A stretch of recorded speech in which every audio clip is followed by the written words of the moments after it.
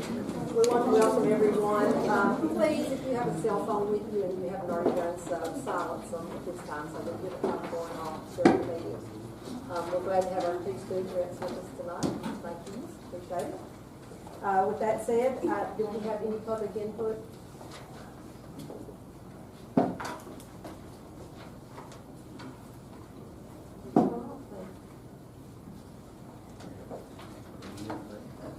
I don't know. Mr. Baldwin? You're back there somewhere, I know. People may have just signed. Did you bring someone with you? Did I? Yes, ma'am. Is it Adam Cavender? Adam Cantor. And Paul Kilgore? Paul Kilgore, yes. Good. All right, thank you. Okay. So we don't have anyone from public input tonight. Thank you, Stacy. We'll move on to the approval of the agenda. Members, take a look, see if you have any questions, additions, deletions. If not, we'll entertain a motion. Motion to approve. Second. We have a motion to approve the agenda by Mr. Williams, a second by Ms. Schultz. All in favor say aye. Aye. Opposed? That motion carries. Then take a look at the consent agenda, please, for your approval. The only item on there is our meeting minutes from October. Motion to approve. Second. We have a motion to approve by Mr. Williams, a second by Ms. Roberts. All in favor say aye. Aye. Opposed? That motion carries as well. Dr. Holman, that takes us to the director's report. All right, so tonight we're going to, for the school spotlight, is that of Franklin County High School. So at this time, Principal Ms. Miller is going to come and share with you all. Thank you so much for having us here tonight. I brought all my people with me.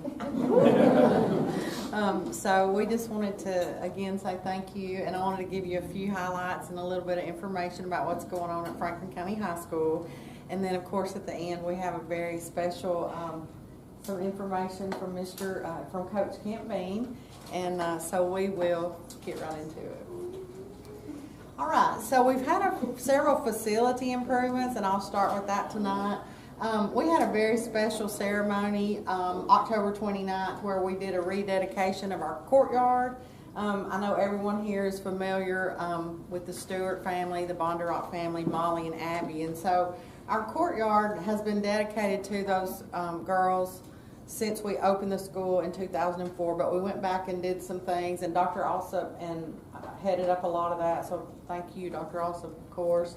But it was very nice, and also just to thank Rocky Peacock and his staff, our maintenance department. They are amazing, and so that was a special day.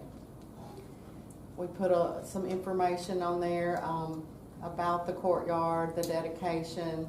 And then you'll see pictures there of the families, Dr. Holman and I, Mayor Guest was there. We had a good time that day. Some more improvements I'll talk about with facilities. We have new windows. That has been a long time coming. I still think of the high school as the new high school, and this is our 20th year. So as you guys, of course, know, we moved over there in 2004. And so we did get new windows this year, which is amazing. We got our new screens for security and aesthetics, you can see there. Our auditorium stage, we're in the process of working on having that be refinished. We have installed Halo vape sensors in all of our restrooms. We have gotten some new cameras this year, new radios. We purchased some of those this year, and then we have more of those that we're trying to get. We did new carpet in our band room, and some new AC units that we've also installed, and we're still working on some of those. We're really excited also about our athletic facility improvements. We have a new volleyball and new wrestling room and locker room this year. We had our auxiliary gym floor refinished. We've cleaned our band tower and done some upgrades in there. We're still working on some of the lighting issues. We run into a little bit of that. Football stadium rail repairs. We've got some new stairs going in our football tower, and our new softball sound system. Again, progress is being made on some of those, and some of those have already been completed. Our Teachers of the Year this year, we're real proud of Julie Stevens. I don't know if you all know Julie, but she's been a wonderful hire. She's our Novice Teacher of the Year. And then also Miss Angelia Hanna was voted as our Teacher of the Year. Some academic strengths just to touch on, and more detailed information will be coming, as I'm sure you guys have heard. We did have increased academic achievement and growth on both ACT and end of course exams. Our ACT effectiveness level did increase. Our ACT achievement increased in reading, math, and science.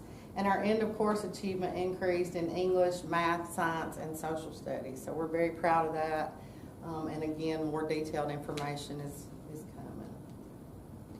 We had a great day when UT President Randy Boyd visited with our seniors. That was pretty exciting. He had a lot of interesting things to say, and he said something to the effect that day, you know, how many college presidents will come and ask you specifically to come to their school? So that was a fun visit, and the kids enjoyed that. Our partnership with Nissan has been very exciting this year. We are one of the 4 centers of excellence.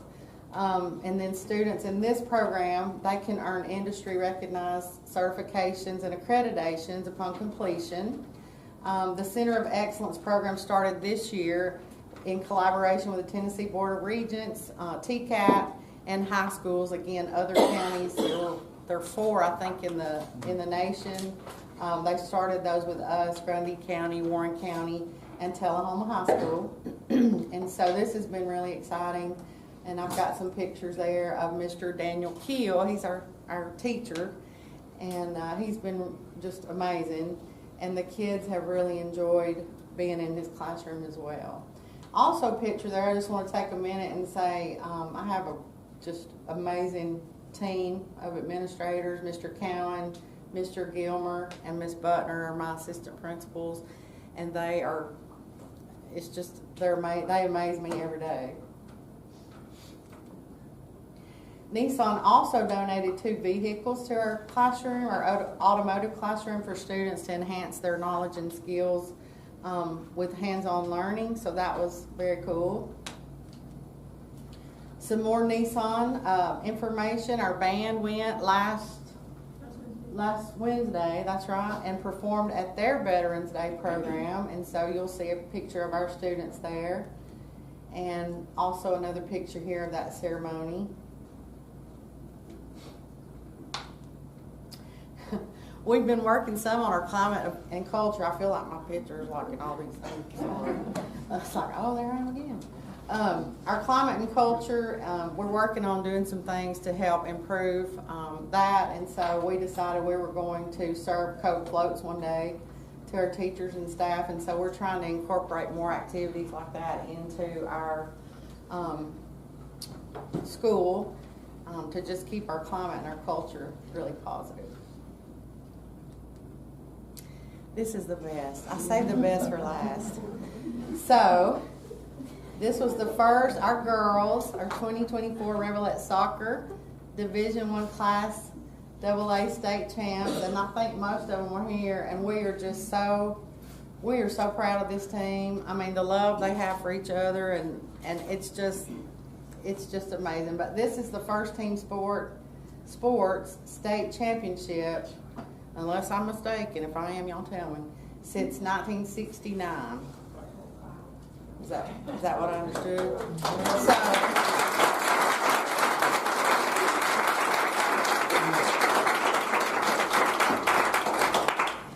we celebrated these girls. I feel like we just keep celebrating, and I love it. One of our community partners, Sunrise the Breakfast Place, brought these girls, donated breakfast for them. So we started our celebration day off with breakfast, and then we had our pet rally at school, and then we had our parade, and then we had another pet rally on the square. And so we're still celebrating, and you can see a picture over there with our band, some of our band members and our girls, and Mayor Chris Guess also. So that was a really, really fun day. So I'm going to turn it over to Coach Campbell for a few words.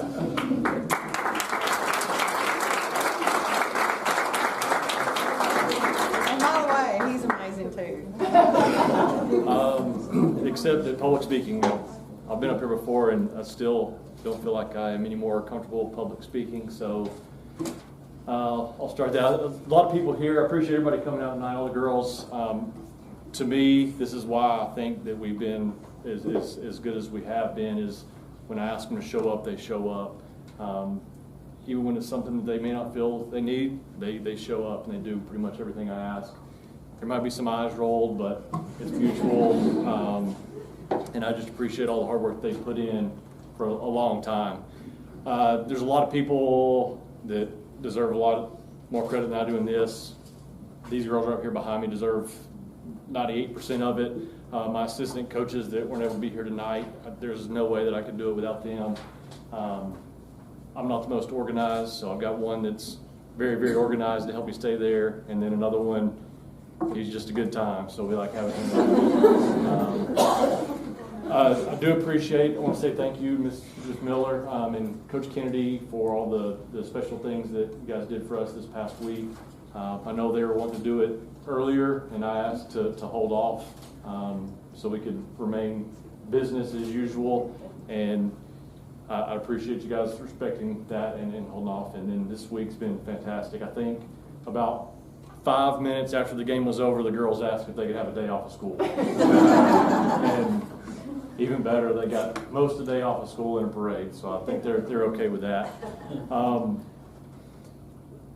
I know she mentioned earlier our maintenance staff and what they do at our school. I don't think it'd be fair to leave them out of this as well.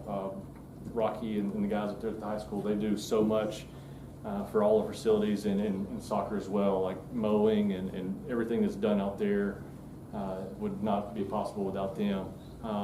And then parents and community members. It was obvious this past week with all the comments and support that we had at the parade and everything, how important the community is to any of this and all of this. And it's been really special. I couldn't ask for a better group of girls. I really couldn't ask for a better group of parents as well. Without going through and picking out each and every single thing they do, it's just, if you've been to our facilities, every team that comes in and comes to our place, and they think if they've not been there, they think they're going to show up at Franklin County, it's just going to be a cow field.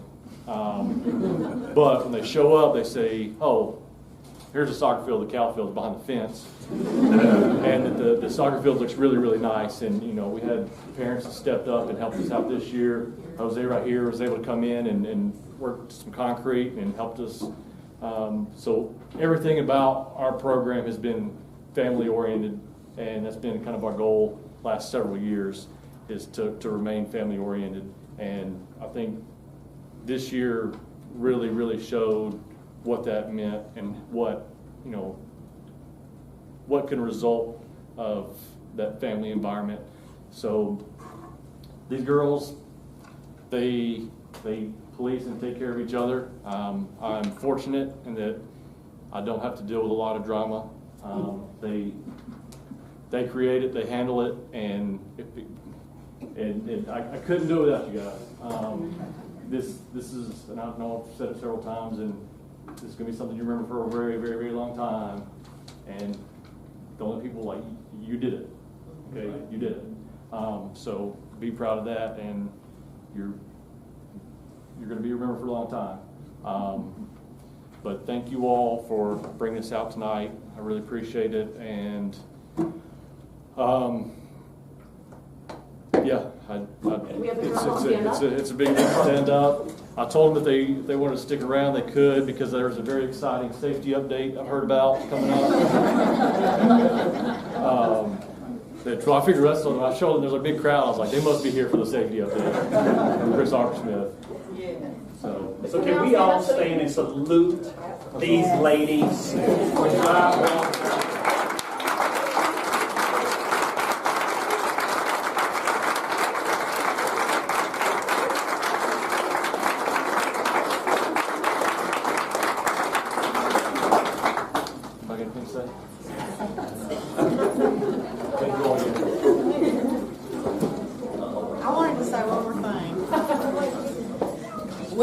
to present you guys our trophy, but we're not gonna let y'all keep it. So y'all can look at it and touch it, and we're gonna take it back with us. I also wanted to say, if I'm wrong, I don't think I am. I believe I was told the average grade point average of these girls is a 3.97.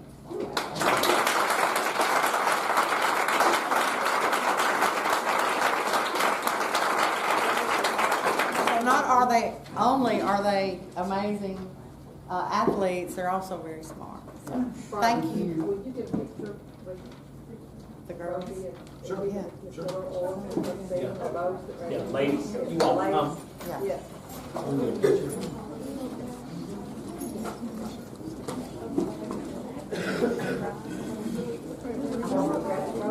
Grab the trophy.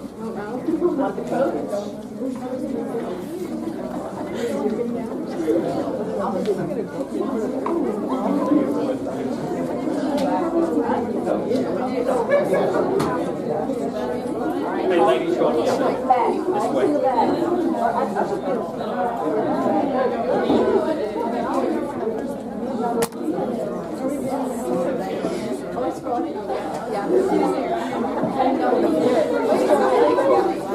Get them? I think so. Great. Okay, guys, stay there. Awesome. You smile, don't lose the smile. 2, 3, 4. That'll work. Thank you so much. Awesome. Once again, let's give it up for Tracy Graham.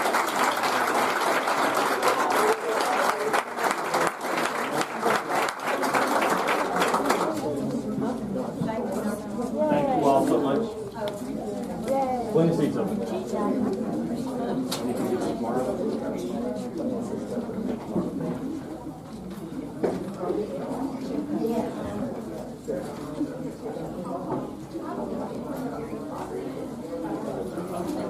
Thank you so much. Thanks, ladies.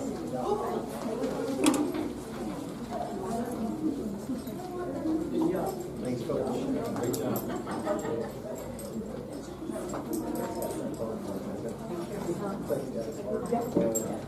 All right, and so next on the list is for a spotlight on our department.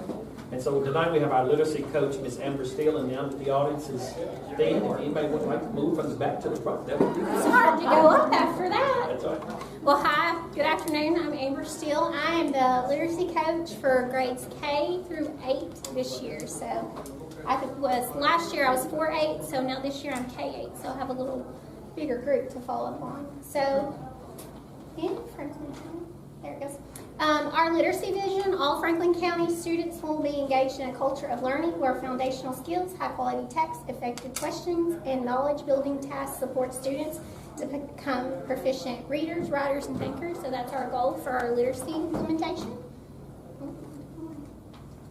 I'm not going to read all this, but this is just kind of a spotlight on our literacy action, what's taking place. So we're involved in several networks provided with support from our state coming down. So we have our consultant group, that NIET, which is the National Institute for Excellence, and they help support grades 3 through 8. We also have our All-In network, which is our Access for Learning to support all learners, including SPED learners, in our curriculum and in our district. We have LIN, which is our Literacy Implementation Network, which that is from support from the state, and then we follow through and help support our teachers in those initiatives that they provide. And then we have our Early Literacy Network too that we're a part of. So my job as a literacy coach is to provide support for teachers and principals. So whatever the state is pulling down, we're going to those meetings, and then we're out with our teachers and with our principals, helping support them, follow through recommendations from the state and what's going on in their department. We have 4 curriculums in our district. We have CKLA, which is grades K-3. We have Wonders, which is grades 4 and 5, and we also have My Perspectives curriculums, which is 6 through 8. So our goal is to support the teachers and the administrators in those practices and those books. This is our 4th year with our curriculums. So our teachers have really grown to know their curriculums and be able to use their curriculums to drive their instruction in their own classrooms. So some supports, we've really been working on student work analysis this year. We've really taken a dive into our data. I think that's really new for our district. It's really going in and actually using our assessment data to help drive our instruction. Just resource providers, like I said, we co-plan, we unit prep, we provide professional development, classroom coverage if they need to, if they want to go observe a different teacher for a day or come on learning walks with us or go to a PD somewhere, we provide that coverage. And just for reflections, and a lot of times these teachers just want somebody to listen to them and hear their thoughts. So on literacy learning walks, we sent our schedule at the beginning of the year and opened the door for you guys to come on those walks with us. We've had some of you come, and I'm really appreciative because you get to see what is really taking place in the schools, and you get to see the teachers in action, you get to see the principals in action, and you get to kind of see what we do. And I think it was a good learning experience for everybody. So our learning walks aim to drive what our future professional development should be, and to help support those teachers in their areas of needs. All the PD supports we've provided this year already, going in during planning periods, providing some unit and lesson preps. We're really standard focused. We've got new standard guides. We're handing them their standard guides. We're explaining what those are. We're even explaining in K2 what the standards are and how they progress and align in different grade levels. We have our TCAP analysis. We've had a principal meeting at the beginning of the year, and we also had communication with our teachers about how to use these and how to help support. So hopefully when that assessment comes out, we can fill some of those gaps within that data. Our Core Action 2 alignment, which goes to the IPG, which is a state document that their vision for excellent ELA instruction. And same thing with Core Action 3 alignment, which that's engagement, student work analysis, success criteria. How do students know they're succeeding today, and how can teachers communicate that to their students? And then, of course, been involved in data meetings. The important part is what's going on when we're actually in the work. These teachers, election day, we were in a PD over student work analysis and student success criteria. So these teachers were really diving into our learning that day. This was goal setting from another school. So I asked them to look at their Core Action 3 because it's new, an alignment guide, so we're really reading through it. And I said, okay, let's pick out something that we're good at. What are we glowing at in that we think, hey, we got this, and then what is something we can maybe be more intentional about, have some professional development over, and just really look at those indicators for that growth. And those are what the teachers had came up with, and so they kind of have their own self-goal for when we go in. And we're actually, NIT will be here on Wednesday, and we're going to go in this particular school and give them feedback on what we noticed within their lesson and what can drive some more of them hitting their goals. You see student learning goals being talked about. So we've talked about how can we be intentional, how do students know what they're learning that day, and how do they know they're going to master what they're learning that day. We've also talked about that accountable talk. Students don't typically have conversations anymore. So we're having to teach those conversations and how to have real conversations about important things that they're reading and writing about. So those are structures that teachers have to model for students. So this is a big initiative we've talked about. And so we don't have that kid say, yeah, I agree with him. Well, tell me more why you agree. And this is just student having more of that ownership. There's a question posed.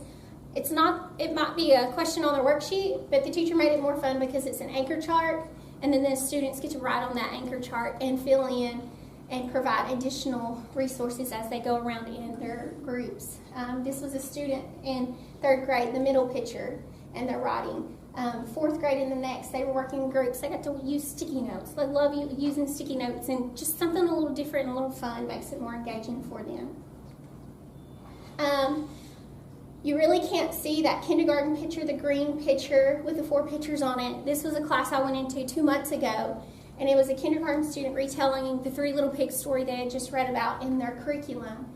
That student wrote a sentence, and they had only been in school for like a month and a half, 2 months. I said, do you know you wrote a sentence? You had a period and a capital letter. I'm only in the room for like 15 minutes. He was like, oh, really? I was like, yeah, do you think you can write another one? By the time that kid left that room, he had wrote 2 more sentences. Now, was everyone on that level? No, but that teacher had given those students all those opportunities to set them up so they could learn at their own level. So enriching those higher students and also providing supports to the individuals that needed it. There's at that professional development I just showed you a picture of, this was that group of first grade teachers that came up with success criteria so students can take ownership in their learning and then also share with a peer. So we're getting that two dips right there. This is learning outside the classroom. Their CKLA knowledge unit had them observing birds and they had to write about what they saw. So those kids got to have fun and learn while they were outdoors. Another unit, they were learning about animals. That's all student work up there. That's what we like to see, is those students doing and producing and having fun while they're doing it. Notice how creative they got with their learning style posters.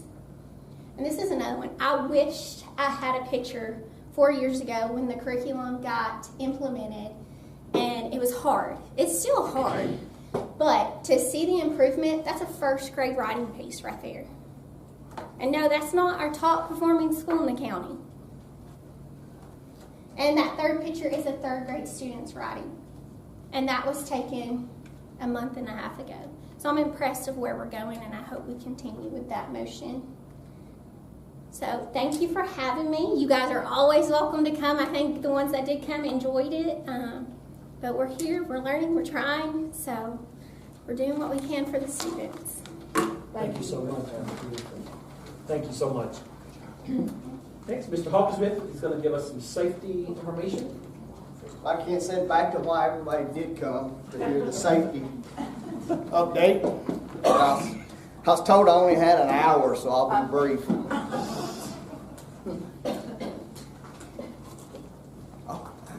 Okay. In accordance with the Tennessee Code 49.62701 threat assessment update, the Franklin County School System has had 15 threat assessments thus far this school year. The school's post-incident assessments include 6 high school students, 5 middle school students, and 4 elementary students. Of these, 1 was charged with assault, 1 with disorderly conduct, 6 have received the wraparound services, and 5 continually monitored for a certain designated period of time. So that is the threat assessment update of the Tennessee Code. Also, I'm not just checking my phone, I promise. Okay. Every employee in the district now has this Rave Panic app on their phone. So I bought 751 apps. So everyone in the district can now at any time, if they heard gunshots, for example, or they see a gun in the school, they can immediately press a button and alert everyone who has this app on their phone that there's an active shooter in the building, maybe there's a fire in the building, maybe there's a fight in the building, whatever it may be. They can alert 911, emergency services, or principal, nurse, designated employees inside the building, just depending upon which button they push on the app. So that's called Rave Panic Button. It's pretty cool. Pretty much all you have to do is, and you got to be careful not to hold your thumb too long, but hold your thumb on this, and if it goes all the way around, it's called a 911. Uh-oh. It's over. See. Thank you. Thank you. Thank you, Mr. Hawkinsmith. I will say, to Mr. Hawkinsmith's point on the safety that he just shared with this app that we now have, that is from a grant that we applied for that the state announced this summer. And it was first come, first served. And as soon as we got back from Gatlinburg in July, I said, Hawk, let's get this. And we were one of the first districts to get our request in, and we're granted the $8,000 for this app for the county. Is it per school? Like if you push the button, it just notifies the people within a certain building? Or, I'll come back. I thought I hit the button, but apparently I didn't. What's the question again? If Is it's, it just for, like, if you push the button, only the people in the high school will know it? Okay, Or is it it's system-wide? all depending upon how the principal sets it up. Now, on the active shooter, when it's hit, that goes to everyone in that building plus 911 emergency services. So that's automatically calls 911. Now, I visit all the schools. Dr. Hogan visits all the schools. Dr. Alsop. They're all set up to where any emergency will go to them also. So each school, it's set inside their school, unless I have it set up to where an individual visits the different schools. So the coaches, et cetera, that visit all the schools, if they're in there and they see an active shooter, they can hit their app on their phone and it's going to alert everyone in the building. Now, it won't, if I'm at Clark Memorial and there's an emergency active shooter, it's not going to alert Cowan Elementary, for example. It is only, I have it set up only for their schools and the people that we tag for those schools. And it's set up to where they can push a button. Let's just say that teachers are on the playground and a student falls off the monkey bars and breaks his leg. She can hit a button that will only alert the principal, the nurse, and maybe SRO. Or if there's a fight in the hallway, there's no sense in alerting the entire campus. They can only alert the principal and SRO. So depending upon the offense, they can hit the appropriate button. If there's a fire obviously is going to alert everyone on the campus. 911 is going to call 911 and alert everyone. So it just depends on how the principal has it set up and how I have the main hub set up. But it's a pretty neat app. It is, this one was $8,000. That sounds a little bit high, but compared to the $250,000 one out there, the only drawback is this does run off cell signal. And if you've ever been in some of our schools, sometimes the cell signal's not the best. But that's the only drawback of that, but I also didn't have $250,000 to spend. But it's still better than nothing, and it's, you know, it's an app on there, so you can alert everyone. And the last school shooting, that's what saved lives, was the fact that they wore it wasn't the rave panic button, but they wore a panic button, and when she clicked the button, all the teachers knew to get the lights shut down, doors locked, and get in their corner, and no rooms were accessible. So that's the key right there, is being able to not run over, touch the button on the wall, call the office, then the office calls 911, and everyone gets alerted at the same time. So, One more question. yes. Principal Miller mentioned something about the vaping sensor in the bathrooms. Can you explain that? And, you know, what does it do and what's the consequences of it? I mean, I know nothing about it. Well, the vaping sensors are pretty cool in that now they're called vaping sensors, but they do a lot more. First of all, they detect someone vaping. So that's in itself pretty cool, but it also, if there's a fight, it will detect that. If there's if your voice reaches a certain level of screaming or some type of loud bang or something, it will detect that, and then it sends those principals and assistants, whoever, and she could probably explain it a little bit more, but it sends them a message and lets them know something in this restroom or this end of the hallway is going on. So it's more than just vape. It could be some type of violent activity, a fight, or loud noise. Maybe somebody's tearing up a toilet or stall or something in there. So is there more capabilities of it? Am I missing something? No, you're not. And they're not actually live yet. We're still working. Laura, you may know more about that. They're still working to get those live. But boy, do the students already know about it. I'll tell you some more about that later. But yeah, they're like, what is that? And what's going on? Yeah. But we are working. Laura, do you have any updates on that? Yeah, they're actually called Halo sensors, and they do more. People primarily started putting them in for the vaping and detecting the THC, but they do noise, crowd control, They even detect the levels of CO2 within the air, so they do a lot more than they're marketed for. What all schools we have those increased, you know?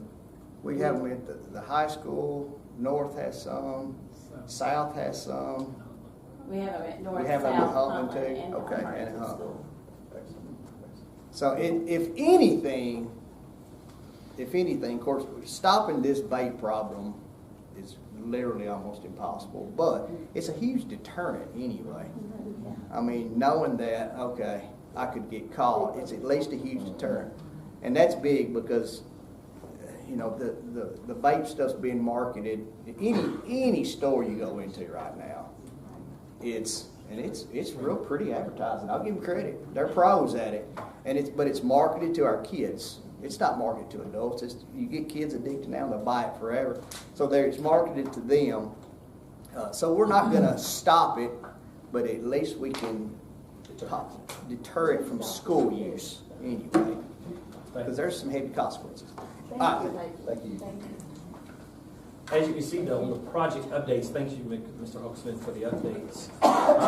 Here with maintenance, as I often say in every board meeting, I cannot stress enough how much I appreciate the work that Mr. Clark and his team is doing for our district. We're being more proactive than reactive, and so we see 92 work orders, 69 of those were closed. At the alternative school, the paint on the outside was peeling. I mean, it was pretty in bad shape. They have now done that. The Boulevard football field, many updates there, as well as the JDP Associates at Rock Creek, looking there at the roof design, and then at Cowan and Swanee. As you all know, we put the vestibules in, and so those two schools now have, because they're the way they were designed, they had some glass windows there in their lobby area, so by putting that telewindow there, they can actually take care of business in the actual vestibule rather than coming all the way into the school. So great initiatives going on. And then as of tomorrow, I do think that's tomorrow's big day, Huntland. First, Yes, is that the gym that Yes, we're going to be playing on the floor tomorrow night? Gym 4 was finished Saturday. It needs 3 days to cure, and that will be at noon tomorrow. So we will tip off at 6 p.m. tomorrow night. On the new gym floor Yes, at sir. Huntland. Yes, sir. So looking forward to seeing that as well. Then tonight we have Train here that's going to give us a brief update on what we as a district have encountered thus far with Train. Absolutely.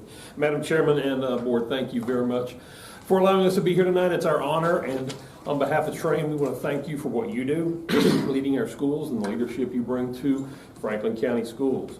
An update on the program. The installation of the two different types of projects, the ESSER project and the Energy Services project through the state of Tennessee EESI. The portion of that is complete is all of the hard work on that. What's still left to be done is the computer work for the controls. They just need to finish that up and train the staff on that. The staff has been trained on warranty, how to apply for warranty, how to do service calls. So they have all that information for them right there on the main on the installation of the project. Okay. Secondly, I want to bring some good news to you. In our customer selection tool, when we were doing this program, we showed a potential rebate from the state of Tennessee through TVA to be about $131,000. TVA is going through and doing their surveys of the schools right now after the installation of the program. We're seeing that the estimates right now are coming in that you're going to get more of a rebate to the tune of about $10,000, more than $10,000 above the $131,000 rebate. So you're looking at that right now also. Additionally, what we have coming up to is a light switch sticker contest for students to win iPads. We're going to work with Director Holman, Dr. Holman and his staff to get that implemented for energy awareness of our students. Also with me tonight are Adam Cavender and Paul Kilgore. They are signed up for public comments tonight, so they will do those.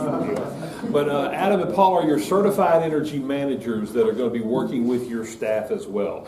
part of what they're going to be doing and working with the staff is troubleshooting certain areas. They're going to be also getting your utility data from your utility companies and your utility meters and tracking that for you also. They're going to be providing reports like they are tonight. They're going to provide additional ongoing training for your staff as well to help make sure that we are getting the most energy efficiency out of your schools that we could possibly do. And they're going to be doing periodic check-ins with your staff as well to go do surveys of your schools to make sure everything's still operating correctly. Here is Adam and Paul. Thank you. All right, thank you, Randy. So my name is Adam Cavender. I am a measurement and verification engineer with Trane. Paul is as well. He's somewhat of my understudy at the moment. He's been with our team that does measurement and verification for a little over a year.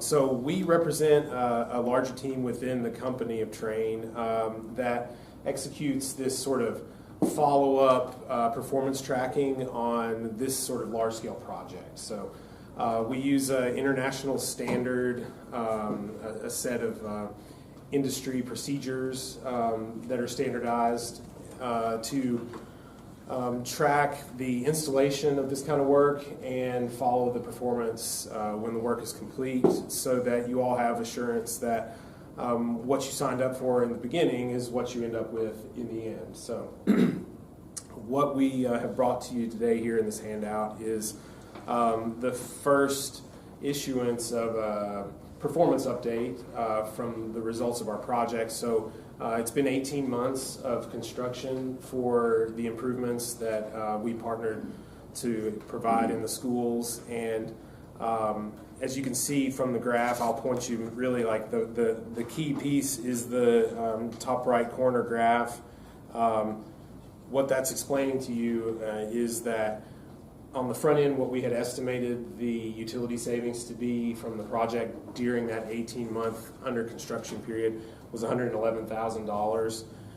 What we've been able to track through collecting utility bills and pre and post measuring work in facilities and all these processes is that, in fact, in that 18-month period, $267,000 is what you all have seen in avoided utility costs. So that is to say, if you had not done any of this work whatsoever, you could expect that your utility bills over that 18 months would have been a little over $250,000 higher than what you actually experienced in that time. So really great success story. You know, the team that you all have partnered with, it really makes it easy for Paul or myself to come along behind these guys, because there's a lot of great experience in the project management team. Stephen Clark and the maintenance and operations guys have been great to work with. So we have seen a lot of great results so far, and just so you are aware, you know, our intention is to be energy management partner for the school district. So we will continue to do this sort of reporting every 12 months of our energy guarantee stands alone. So we will be providing a full detail report. This is just sort of an executive summary, but every 12 months we'll be generating a full detailed report for the district here. And the long and short of it is that if there ever is a time where the project falls short of the energy savings that it set out to achieve, Trane has and will guarantee that savings. And if you were to, you know, do everything in accordance with the contract and you held up your end of that deal, you somehow still didn't see the savings that you should have seen, Trane will make you whole. And that's the nature of this business. So we look forward to having an ongoing relationship with the district here. I think everything's looking great for a really strong future. We're into year one right now, so what we're looking at here is kind of a history lesson. And you know, every day all of us can do our part to help ensure the ongoing success and make sure that these energy savings continue in the future. Question? Sure. Could you explain the difference in the top left figure? Yes, yes. So you'll notice there's like a color coding of the blue, green, and red. top left graph has that, and then the 4 in the middle have that. That's where we're trying to denote that those are talking about expenditures. So anywhere where we have work in a building that's overlapping and complex, like we're doing lighting and we're doing new HVAC units and new controls, the simplest way for us to track all that is to just collect the utility bills from Miss Jenny's office. And so what we do there is we are collecting Broadview, Clark Memorial, Huntland, and Rock Creek because the nature of the work there was complex. And so the blue, green, red is showing you what the actual utility bill expenditures looked like on those 4 sites. The other sites in the project, we were able to pre and post measure, like if we're just doing, say, lighting, we can go before the work is done, measure, and then we can come back after the work is done and measure again, and that's more cost effective than collecting all the utility bills ongoing. Yeah, so just to summarize, blue, green, and red means expenditures, and then the top right one, orange and yellow, that's the actual savings figures. So, see, okay, so the one on the left, it says the baseline was like 729, 795. Yes. Right, and then the actual savings is the red, although is that what we actually yeah, well, okay, so savings, actually like in red right there, that should say actual expenditure. You're right. I'm sorry, that was tripping you up. Yeah, right. Well, these two don't exactly. Yeah. Okay. But then it looks like, so the difference there is like 127. Yes. Right, which doesn't match up with any of the red, orange, or yellow. So I'm just trying to figure out what we're looking at really here. Yeah, so the top right, orange, red, yellow, that's for the whole project, whether we're collecting the bills for that building or not. There's multiple buildings that are included there. The blue, green, and red is for the 4 so buildings. Only the 4. Yes, for the 4 buildings that we are collecting utility bills on. Yes. On some of the, like let's say Humpton, for example. Yeah. You can see the difference between the baseline, the target, and the actual savings. Yes. Do you guys have a plan on what do you do to get that actual to meet your target, or? So actually, the red being below green there is as an excess of savings. So that's an overperformance. Yeah, so that's extra. I was reading right the reverse. Yeah. But you can actually see the next one over, Clark Memorial, does show that during the construction period, we didn't quite achieve target on that building. And that's not uncommon in a construction period because we're breaking a lot of eggs to make an omelet for y'all. So I would expect that to stabilize and improve over the coming months. Yeah. Any other questions? I'm happy to answer.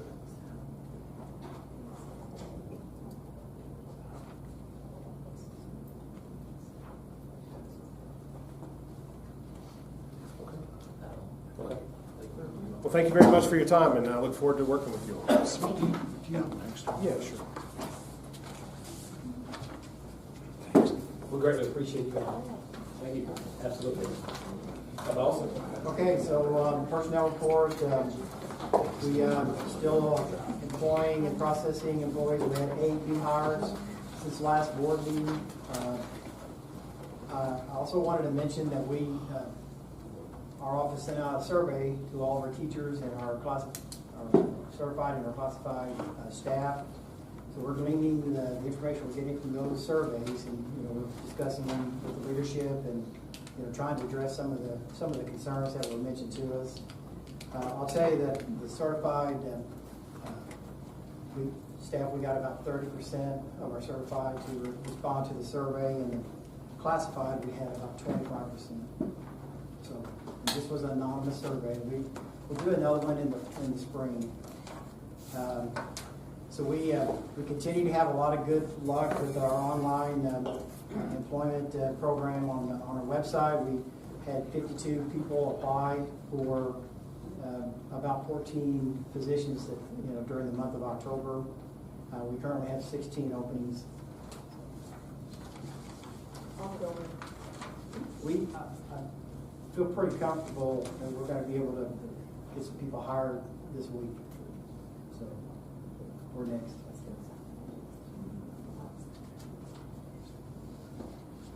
Thank you. Anything else? That's it. Good to go. All right, that brings us to item H, which is our legislative update. Mr. Henshaw. Okay. Hello, everyone.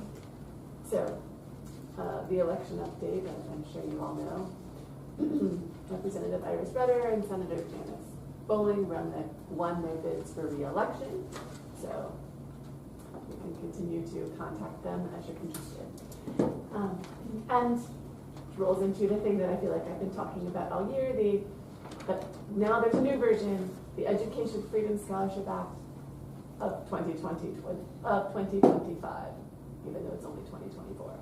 So the legislature, the day after the election, the House and the Senate each filed matching bills about vouchers, the Education Scholarship Act, whatever you'd like to call it. Last year, if you'll remember, their bills were really far apart. They wanted different things. They couldn't come together. Now, their bills are the same, which suggests that things will be moving forward with this. And so what I've done here is I've kind of laid, and so again, there's a link. This is linked if you want to go home later. You can click on the links and read things for yourself. There's a link to all 11 pages of the bill. Here are some of the things that you might want to know, and I am going to share just so you've heard it at least once. So, when would this go into effect if it's passed? It would be for next school year. If you remember, they already have the money encumbered, so sort of they're just waiting for this to be approved to start. How much money would a student receive? I quote from the bill there, but at this point, it would be the equivalent of the base pay, which is $7,075 per student. But if you'll note, it says, and is solely state funded. Let me just point out and make sure that those of you who aren't on the school board know. So our new funding formula is TISA. The way TISA works is, indeed, the base amount a school gets per student, or that is supposed to get, is $7,075. However, what the state does is the state breaks this up into the part that the state pays and the part the local portion has to pay. This is the part that every August we have to have our budget passed because the county also has to chip in. Do you know what our percentage is? Some 20-something? It's less a percentage and more a flat dollar amount. Okay, so we'll say 20-something percent, I think. Is that kind of right? The local, maybe 30%. So what this means, though, is that if this passes, the state will chip in per student going on this program to private school. The state will give a private school $7,075 for a student. The state does not give us $7,075 per student. So I just made my math kind of simple. If we say the state gives a school district 75% and the local contribution has to be 25%. That means for each student, for only the base part, the school district would have to chip in $1,768.75, whereas the state would only give us $5,306.25. Again, but they'll give the full $775 to a private school. So that's worth knowing. Who would be eligible the first year? Again, same deal as before. 20,000 students. 10,000 would be available for eligible students who meet one of the following. The student's annual household income does not exceed 300% of the amount required for the student to qualify for, not poverty level, note here, for free or reduced price lunch. And the second 10,000 would be open to anyone. You might think, okay, $10,000 go to students with some need. If you look up, like sort of the list here, what this means is that a family of 4, in order to qualify for the kind of scholarships for those in need, a family of 4 would need to make less than $173,160 if my multiplication was right. And then the other 10,000 have no income limits. which schools would qualify as private schools. So they list schools that are private schools that are category 1, 2, or 3. There's a link there to the current list of schools. Homeschool in this version of the bill, homeschoolers would not qualify, and the category 4 and 5 schools would also not qualify. What if a child is a special education student? A recipient does not retain the right to receive special education and related services from the LEA in which the recipient resides through an individual education program. Early on, the bill reads this way. Parents should be free to choose the school that best fits the educational needs of their specific child. That's part of the basis of their bill, according to their own language. So, could a family choose any school on the approved list? Here's also what it says later. Private schools that enroll recipients must have the maximum freedom to provide for the educational needs of recipients without governmental control. A private school that enrolls recipients is not required to alter its creed, practices, admissions policies, hiring policies, or curriculum in order to accept recipients. To just remind everyone, our schools, you turn up, we take you. Private schools, not the same, and they get the full 70, 75. Is there any accountability? This time the bill does have some, but it says a nationally standardized achievement test that is aligned to the respective private schools, or it could be the Tennessee one. So they could do the TCAP or whatever, but it doesn't have to be. It could just be some other national test.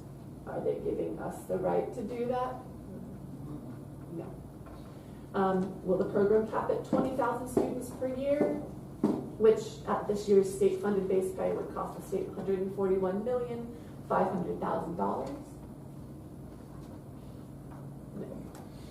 So beginning with so this would start 25, 26. So beginning with 26, 27, the number of scholarships available would be determined by the funds appropriated for scholarships, together with any available funds returned to the state treasury. So maybe that's the same number, maybe they're going to allot more. But it says if the number of applicants received by the department during the program application period exceeds 75% of the total number of scholarships, so if it's the 20,000, if they get more than 15,000 applications, then the number of scholarships available for the next school year must be increased by an additional 5,000 scholarships. So again, they're looking to grow this. There's an article in Chalkbeat that kind of summarizes a couple other points.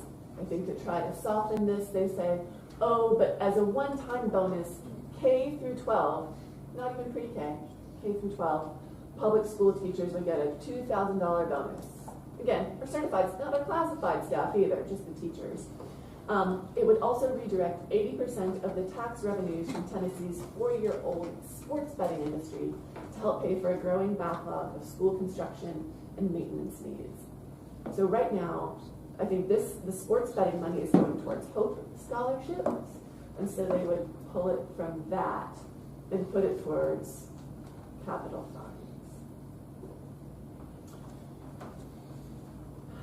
And while there are other things that might be worth discussing later, this seemed like the most important thing to share and share in detail today. So if you have thoughts about this and how it might impact our schools, public education, what this would mean for Tennessee tax dollars, I hope that you will consider contacting your legislators. If you have any questions, I'm happy to take those as well. I just have a couple of comments.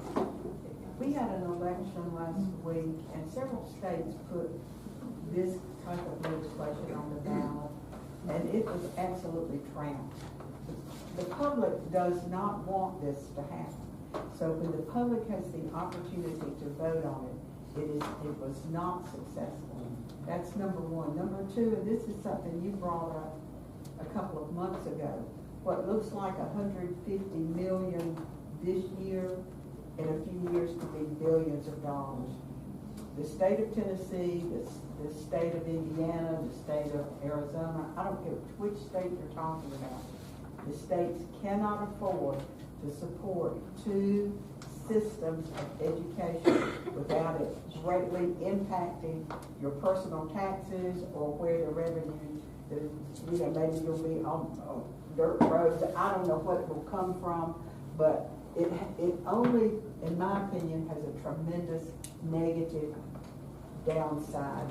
You won't see it up front. And when the governor stands up and says it will not cost the systems any money, that's only a partial truth.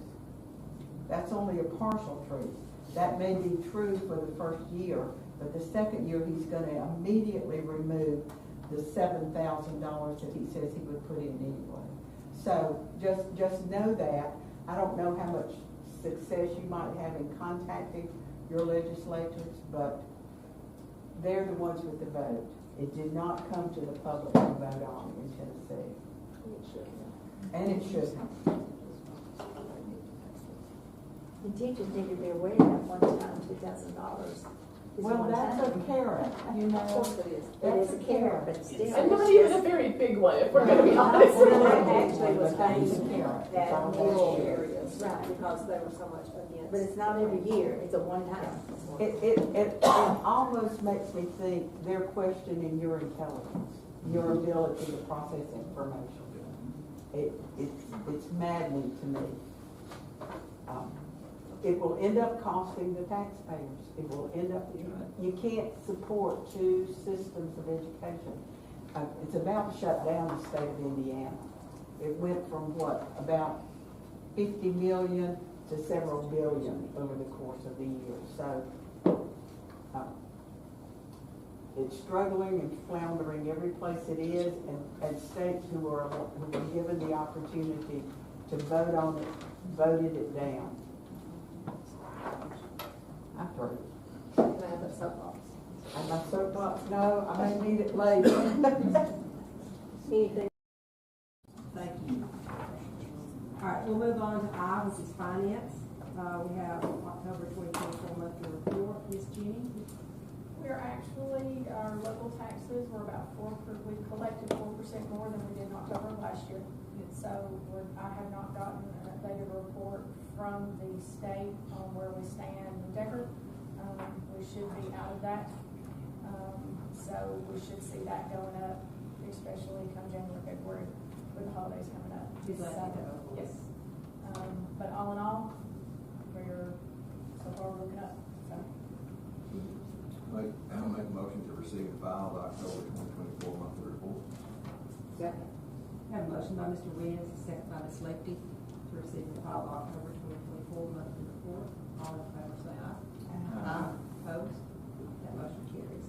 Ms. Jenny, also we have a QT budget amendment there. Most of this is just aligning some budgets. That first one there, to kind of go along with train, so far we've received just over $105,000 in TVA rebates in the last 2 months. So those were nice to see those coming in. Most of these are local projects that are getting just realigned some budgets. Dr. Gwen did get a grant from UT Knoxville, Project RAISE, that is supposed to help with retention of counselors, I believe. So we have received those funds, so we are putting those in the budget. We did receive the safety grant from Tennessee Risk Management. We didn't get the whole grant, but we got $5,000, so Rocky has enough to purchase stairs for the football tower. So he is in the process of getting that. And then both Eric Van Zant and Jesse Sheehan were awarded money from the county from the opioid abatement settlement. So let's see, Coalition Jesse got $29,000 for various projects, and Eric got about $35,000. So that's that opioid that is at the bottom of that budget. That's all we got. Motion to approve the November 24 GP budget amendment. Second.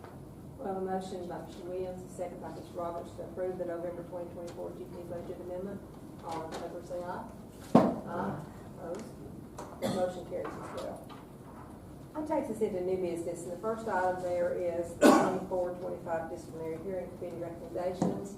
Those, I believe, are just, the people who Dr. Holman, has asked to serve on the disciplinary hearing committee.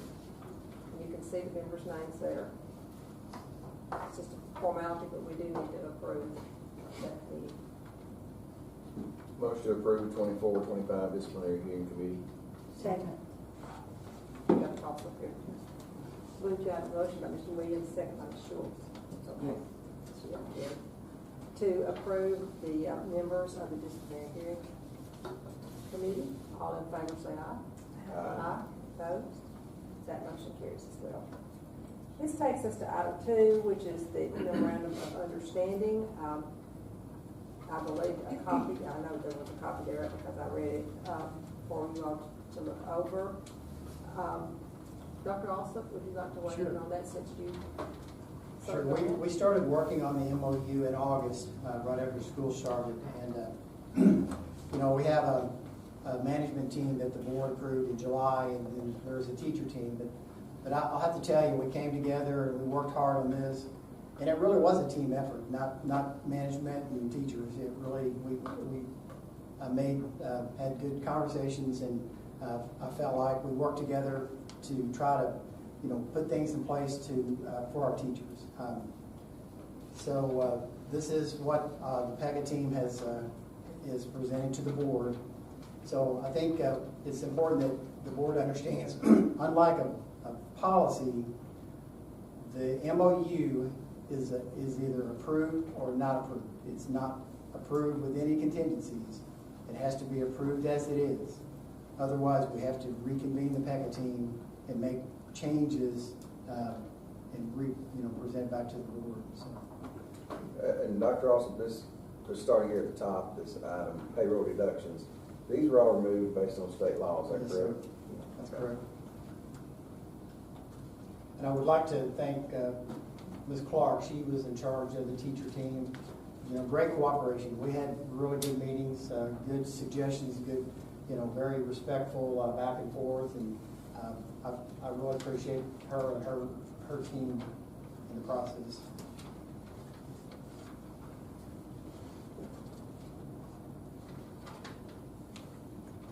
Any questions, board members?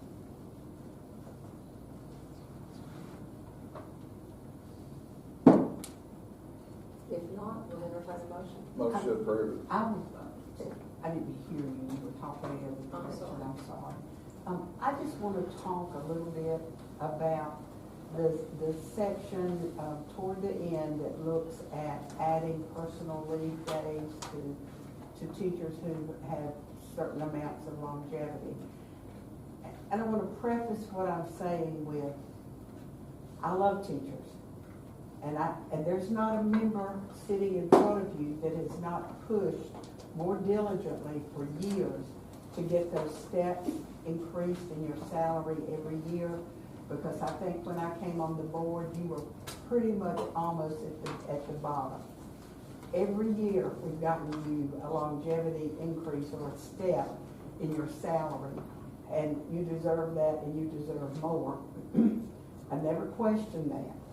What bothers me about this is not that we don't value you, we do. I'm not sure what the rationale for this was, but every time you're out, and Mr. Davis, I've been in your classroom, there's nobody who can do what you do. Nobody can walk in one extra day a year or 5 extra days a year and have the impact that you have on students that I've watched you do. When you're not there, something chips away at learning. Something happens to student learning that kind of works counter to our mission. Our mission, that's what our mission is about, to educate the children, the students in our school system. And if you couple that with, and this is an issue everywhere, not just in Franklin County, but if you couple that with challenges sometimes with substitute teachers, you factor in days that professional leave that you grow from, but it may have chipped away from student learning. Well, tell me a little bit about how weather days are handled, Dr. Olson. Do we build them in the calendar? I mean, we lose continuity when you're out for snow. Now, I don't know about the rest of y'all, but I've done the snow dance too. It's important. It's important and we get excited about it. And kids in a county like geographically like this county where students are bused, you can't risk their safety. So we're going to close when we have weather, bad weather. We're going to do that. I just think some of our most valuable teachers, some of them are the ones who have the most years. And when you're not in those classrooms, you are chipping away at student learning. That is exactly that's what's happening. There's all kinds of research out there. I've done some of it, not all of it. But teacher absences can result in significant learning loss. They can have negative impacts on non-academic and behavioral outcomes for students. When you're not there, they lose that continuity. I'm looking at high school teachers here, and I know you all know your stuff, but I also have a background of working with even pre-K kids, very young children. And I know we have children in this county. I know we have children that they only feel safe when they come to school. They only feel safe when they walk through that school door and they see that teacher, that constant, that security. And when that person is not there, and it has to happen sometimes, it affects that child's learning. For you to be gone a day only affects your students for 1 hour. For that pre-K, elementary kid, even middle school, it affects their day all day long. And if it's 2 or 3 days, it affects them for that amount of time. As I read this and I thought about it, one of the things that came to mind, and sometimes you just turn to literature or something, one of the things that popped into my little mind was that scene that was repeated in the movie The Help, where the caretaker looked at that little girl and said repeatedly, so she would know it, you are smart, you are kind, and you are important. And that's what you all are for the kids in this school system. You are kind, you're smart, and you are important. Now, I'm sure this will pass. I do wish there had been some conversation that we could have looked at another way to celebrate longevity with our valuable teachers, with the teachers with that amount of tenure. I don't know if that was discussed, and I don't really even know what the rationale was. And if somebody would like to share that with me, I would love to hear that for extra days off. Well, Ms. Leakey, I wasn't on this PECA team, but I could share with you my thoughts on what these days would mean. To me, they would mean that we're trying to keep teachers who have the ability to retire. They have their time in anywhere from 11 to 26 years. And to me, it would represent that they're receiving something more valuable than pay. And that would be time. Well, a teacher with 11 years would be eligible to retire only if they had reached a certain birthday. It's my understanding you're just looking at being vested. You're having 10. Yes, you're vested. You could retire after 10 years and get whatever is there. It would be minimal at that point. Sure, it would be but you could take point. that retirement. The other part of it was, it looks like, let me see if I can find it. I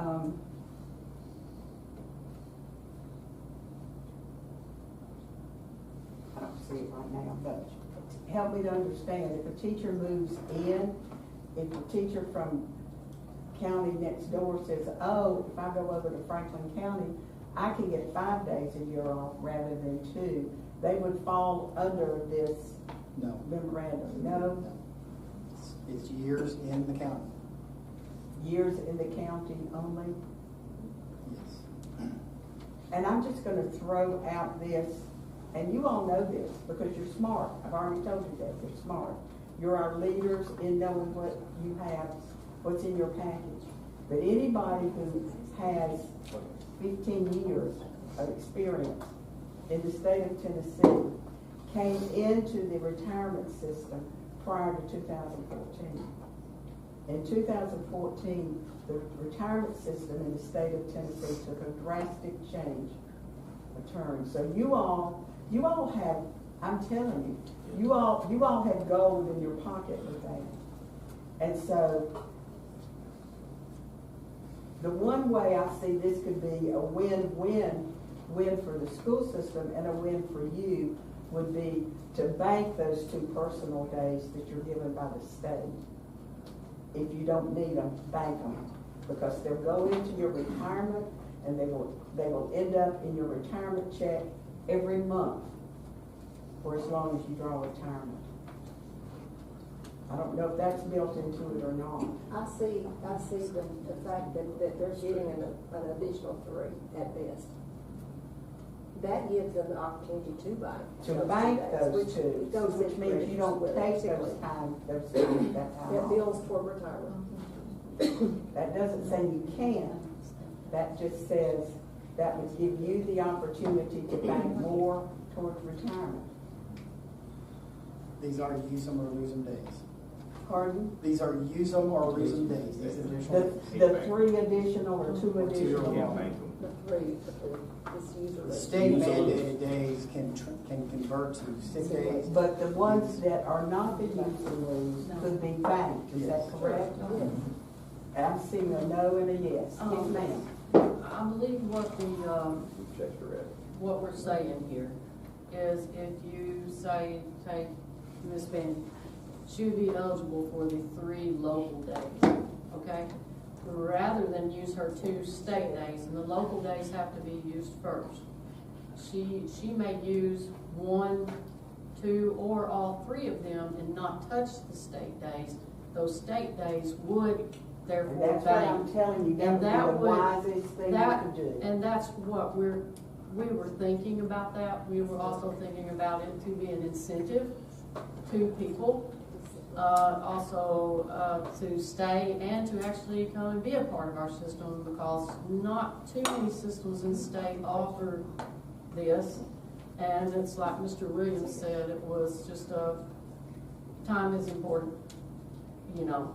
We are very dedicated to our students and we love them to death, but we love our families. Well, you teach chemistry? Yes, ma'am. Woo! How many substitutes can come in behind you and do what you do? I don't expect a substitute to teach my class. I rely on my students to do the work that I left for them and I have prepared for them to do. That's pretty much what I do. If it's not something hard copy, then it's something on Google Classroom that I can monitor while I'm away. Another, this is a curiosity question Yes, ma'am. on my part. Did you look at anything else as an incentive? This here stood out to be the best. There are some districts that offer a free day for your birthday. You know, we just really thought overall that this was the better thing, since it's really hard to, and y'all know this, to get a substantial pay raise every year. And this would be a way that our teachers could bank some time where they could get some extra years added into their retirement. I think, and please understand, I don't know what will happen with budget and salary. I don't know where we are on steps right now. Dr. Olson, are we at 24? 23. 23. We ought to be, this year, ought to take it to 25, and maybe 25 and 28. We played with that a long time. We need to recognize 25 years. If you look at that amount of increase in the salary of someone who has 25 years, and we are under state mandate. Not that we have to, we want to, but we are under state mandate to raise your salary 9% in the next 2 years, which puts it at 4.5%. I think you all will see, I hope you all will see a significant increase, something that might tweak standard of living a little bit for you all. That is not being overlooked, and I think that longevity steps should be there. And again, you're smart, you're kind, and you're important. It's important that you're there. Banking those days, they're gold. Those days are gold. So putting them in the bank, they will be worth a whole lot more to you at retirement than they will be on that lazy day in the middle of March or whatever. Dr. Oscar, are there any other systems around us doing this? Not around here. I think we identified 6 in the state of Tennessee that are doing it. We're kind of a pioneer in this area for this. And I would like to also say, pros and cons, I completely understand Ms. Leakey and her concern. I completely understand that. But let's not lose sight of the fact that it's very hard to be a teacher. It's a very hard job. And I think we need to do something to recognize the longevity of teachers in our district. And I think this is a good way to do that. And with you saying that, and I do agree, time away from the student is time lost. You know that. But with what every teacher has to endure as a teacher in today's society, today's world, I mean, 2 things we've talked about, safety, vaping, just every time you walk in the door, you do not know what you're going to face. Every time you walk in the door, you don't know if you're going to be faced with a fight or if you're going to be faced with a student that hasn't, been home because they had to be go somewhere because mom and dad went to jail. I mean, our society today is so different than it was when I was teaching and when most of you started teaching. And some days you're in that classroom and you've lost time teaching anyway that's completely out of your control. It's because of what's happening with those students. And I agree, time away from your student is learning loss. But some days you need the time to be away from those students. We used to call them, when we took a sick day, mental health day. And the more I sit here and think about this, the more excited I am about this. And I don't mean to, it's an opinion that we all have. We haven't voted, but And your we haven't had a chance MOU to will talk pass. about this among ourselves. No, we don't talk about things by ourselves because it's against the law for us to do it. But Did you know that? It's against the law. If it's coming up for a vote, we can't discuss it till we get to this table. But I'm really excited about this the more I think about it, because we've got to reward you people that have been with us for over 15 years.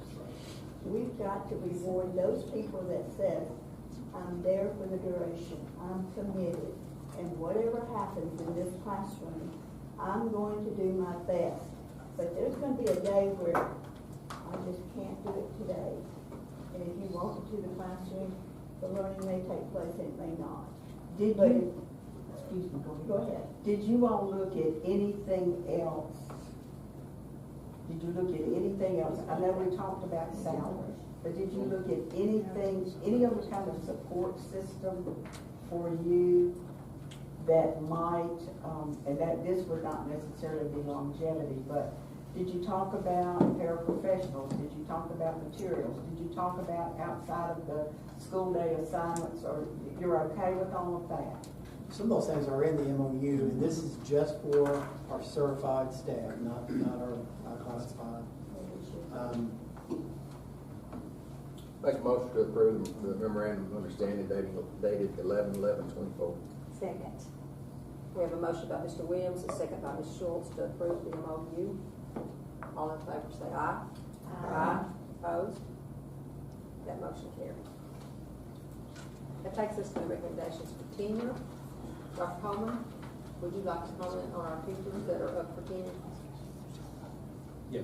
Okay, so this is our tenure list, and we have 2 different categories. We have one category for the teachers that are coming up for the first time tenure in the county, and the second group are those who were tenured and left us and then have come back.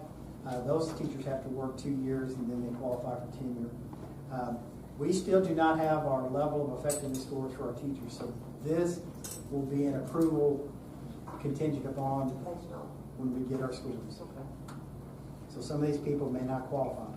So can we wait until we get that information before we? I think in the past, we have passed the tenure based on contingency, yes. Not having that information. Yes. Do we have an idea when to expect that? That is a loaded question. We would hope that we would love to have it by now. The State Department, I would anticipate by December 1st, but that's a hard guess. And I don't understand why they No, we don't can't, need that. because they have all the data. You know, we have everything they need to give us an LOE. Yeah. We just think they weren't seeing it. Yeah, because they can. And Dr. Holman, all these teachers met your rigorous standards for receiving tenure. That's right. My kid's music teacher's on there. Motion to approve? Second. A motion approved by Ms. Mahinsky, second by Mr. Williams, with recommendation for teacher tenure. All in favor, say aye. Aye. Opposed? That motion carries as well.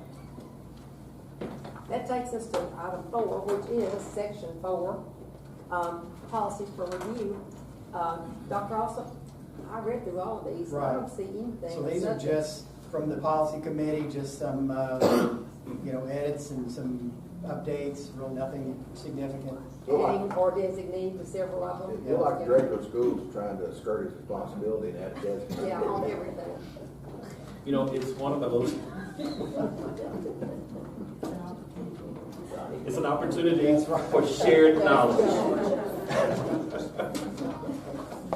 Unless anybody has a burning desire to pull one of these out and talk about it, my suggestion is that we approve all of them at the same time. I'll make the motion to do that. I've read through all of them and I agree. I make the motion to approve You don't have to read all of them. all of those policies. Section 4. Section 4 policies that have a tweak in them. Second. We have a motion by Ms. Leakey and a second by Ms. Roberts to approve the changes in the policies in section 4. All in favor say aye. Aye. Opposed? That motion carries. Now, before we adjourn, I would like to move December's board meeting from Monday, the 9th, to Tuesday, the 10th. Please look and see if you have conflicts on that. The County Commission Education Committee wanted to meet with us and go over test scores. Well, as you well know, those are still embargoed. So we couldn't do it this month. So they said, we'll do it in December. So they've agreed that if we have our board meeting on Tuesday night, they will come at 5:30 and do their part, and then we can have our regular board meeting at 6:30 and get both over in one night rather than having to come out Monday night and Tuesday night. So does anybody have a conflict with the 10th? Nope. Mr. Holman, Dr. Holman, Sounds good. Mr. Carey, That is well. no conflict. Well, let's just plan on doing that. We'll have the information. Well, it's embargoed until, when is it? It's probably until November 14th. There you go. So we should have it. So we will meet on Tuesday, December 10th, 5:30 for the commission meeting part, and then 6:30 for our regular board meeting. Now, Ms. Leakey. Motion to adjourn. Second. Thank you.